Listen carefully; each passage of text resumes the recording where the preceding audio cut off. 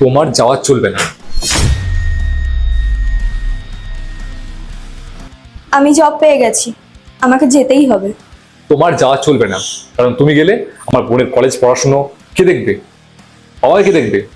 আমায় কে দেখবে? এই ঘরটায় কে দেখবে? তোমার যাওয়া চলবে না, বুঝেছো?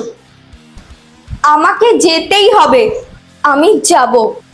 বাট কেন? যেখানে আমি জব করি, বাবা জব করে, তোমার কি দরকার জব করার? তোমার টাকা দরকার কিসের এত? ভুলে গেছো সবকিছু?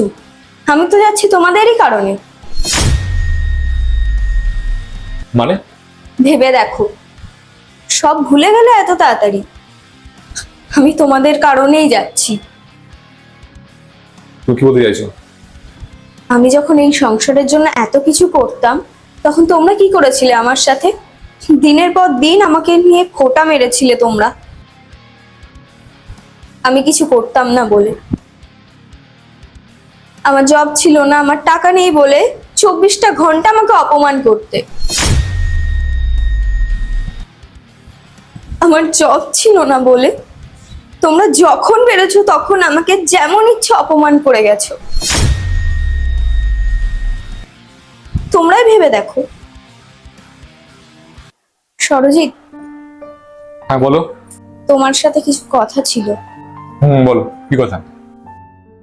তুমি আমাদের সেভিংস অ্যাকাউন্ট থেকে টাকা তুলেছো, হ্যাঁ। কিন্তু কেন? কেন মানে? বাবার জন্য তুলেছি। বাবার শরীর খারাপ, তাই জন্য তুলেছি। আর বোনেরও স্কুলে টাকা লাগবে, তাই তুলেছি। তুমি টাকাগুলো না তুললেই পারতে,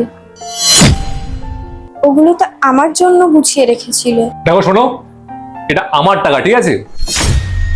আমার টাকা আমি তুলবো কি তুলবো না সেটা আমি ঠিক করবো, সম্পূর্ণ আমার ব্যাপার সেটা। আগে আয় করো, নিজে কামাও, তারপর দেখিও তোমার টাকা। আমি আয় করি, আমি বুঝবো। টাকা কামিয়ে তখন তুমি বলো।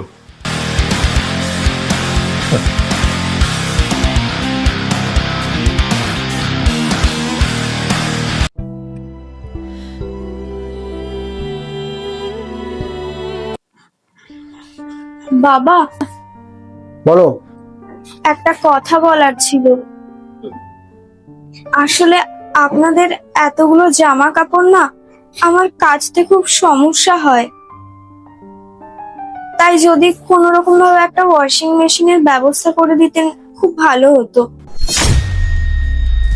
মানে টাকা কি এমনি এমনি আসে?